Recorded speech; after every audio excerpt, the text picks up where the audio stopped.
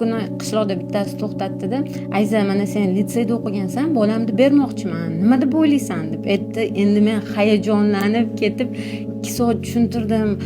Kirgizsangiz bolangiz faqat ilm-fan bilan band bo'ladi, xayoli faqat o'qishda bo'ladi. Gapirib bo'lganimdan keyin aytayaptiki, bo'ladigan bola bo'laveradi-da, berishim shart emas deb shuncha gapirgan gapim qaytga ketdi. Mana palonchi o'rtog'im litseyda o'qibdimi? Hozir Dubaylarda jaraq-jaraq pul topyapti deb aytayapti. Именно mana shu narsa bizni xalqimizda bo'ladigan bola bo'laveradi degan narsani juda ham yomon ko'raman.